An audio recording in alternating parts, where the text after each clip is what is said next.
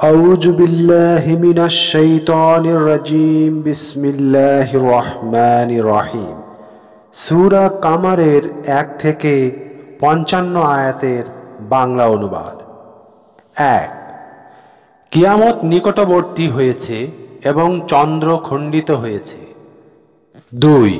কিন্তু তারা যখন কোনো নিদর্শন দেখে তখন মুখ ফিরিয়ে নেয় আর বলে, এটা তো সেই আগের থেকে চলে আসা জাদু। 3।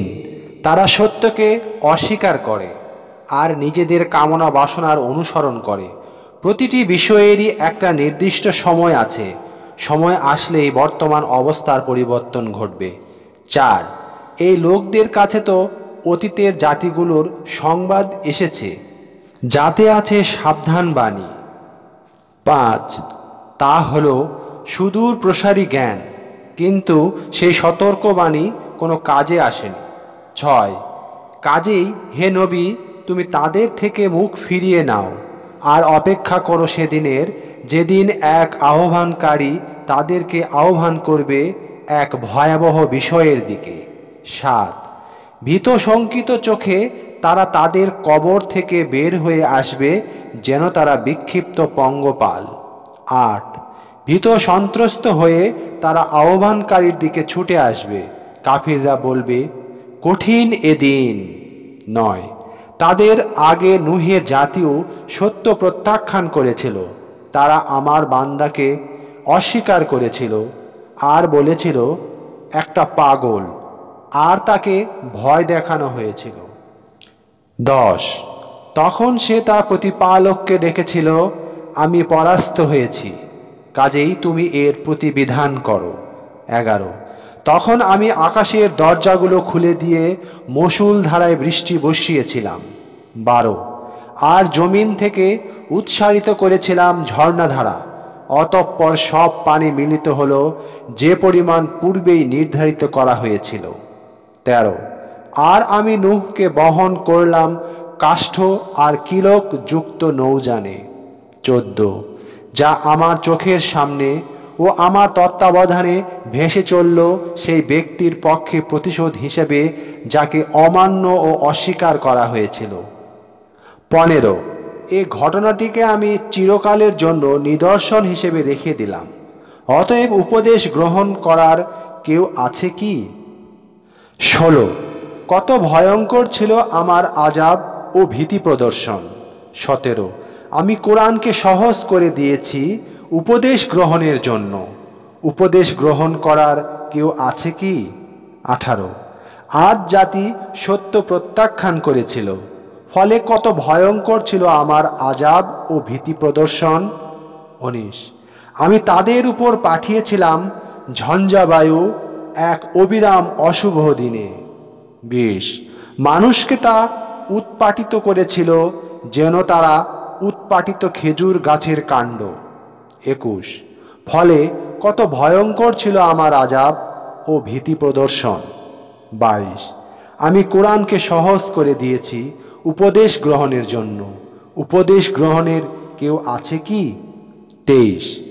সামুদ জাতীয় ভয় প্রদর্শনকারীদেরকে অস্বীকার করেছিল। 24। তারা বলেছিল, আমরা কি আমাদেরই মধ্যকার মাত্র একটা লোককে অনুসরণ করব? তাহলে তো আমরা গুমরাহি আর পাগলামিতে পড়ে যাব। 25। আমাদের এত মানুষের মধ্যে শুধু কি তার উপরে বাণী পাঠানো হয়েছে, না বরং সে বড়ই মিথ্যুক দাম্ভিক। 26। আগামীকালই তারা জানতে পারবে কে বড়ই মিথ্যুক দাম্ভিক। 27। আমি একটা উষ্ট্রি পাঠাচ্ছি তাদেরকে পরীক্ষা করার জন্য, কাজেই হে সালি, তুমি তাদের আচরণ লক্ষ্য করো আর ধৈর্য ধরো। 28। আর তাদেরকে জানিয়ে দাও যে তাদের মধ্যে ও উষ্ট্রির মধ্যে পানি বণ্টিত হবে, প্রত্যেকের পানি পানের পালা আসবে। 29। শেষে তারা তাদের এক সঙ্গীকে ডাকল আর সে তাকে অর্থাৎ উষ্ট্রিকে ধরে হত্যা করল। 30। ফলে কত ভয়ঙ্কর হয়েছিল আমার আযাব ও ভীতি প্রদর্শন। 31।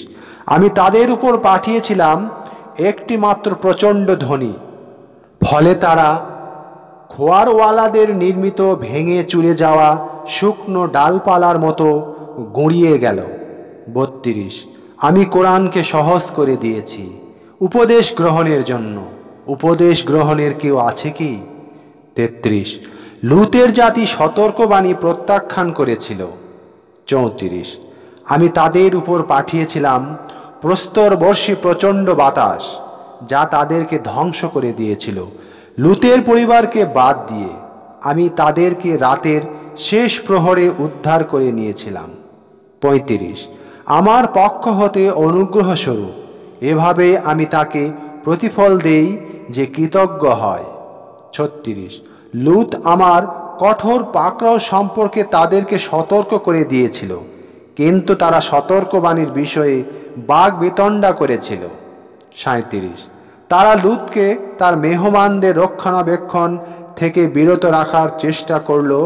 তখন আমি তাদের চোখগুলোকে অন্ধ করে দিলাম আর বললাম, আমার আযাব ও সতর্কবাণীর স্বাদ গ্রহণ করো।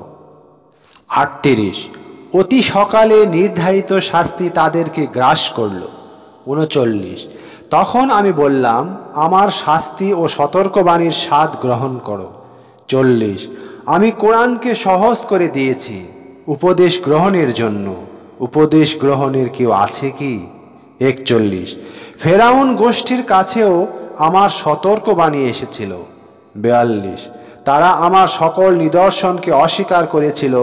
তখন আমি তাদেরকে পাকড়াও করেছিলাম মহাপরাক্রমশালী ও ক্ষমতাবানের পাকড়াওয়ে।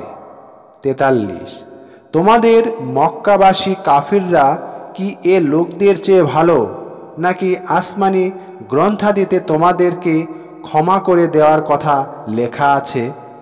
৪৪, নাকি তারা বলে, আমরা সংঘবদ্ধ দল, নিজেদের প্রতিরক্ষায় সক্ষম? ৪৫, এ সংঘবদ্ধ দল শীঘ্রই পরাজিত হবে আর পিছন ফিরে পালাবে। ৪৬, বরং কিয়ামত হলো তাদের দুষ্কর্মের প্রতিশোধ নেওয়ার জন্য তাদেরকে দেওয়া নির্ধারিত সময়। কিয়ামত অতি কঠিন, অতিশয় তিক্ত। ৪৭, পাপীরা আছে গুমরাহি আর পাগলামির মধ্যে। ৪৮, যেদিন তাদেরকে মুখের ভরে আগুনের মধ্যে হিচড়ে টেনে আনা হবে, তখন বলা হবে, জাহান্নামের স্পর্শ আস্বাদন করো। ৪৯, আমি সব কিছু সৃষ্টি করেছি নির্ধারিত পরিমাপে। ৫০, আমার আদেশ তো মাত্র একটি কথা, চোখের পলকের মতো। ৫১, আমি তোমাদের মতো দলগুলোকে ইতিপূর্বে ধ্বংস করেছি, কাজেই উপদেশ গ্রহণ করার কেউ আছে কি?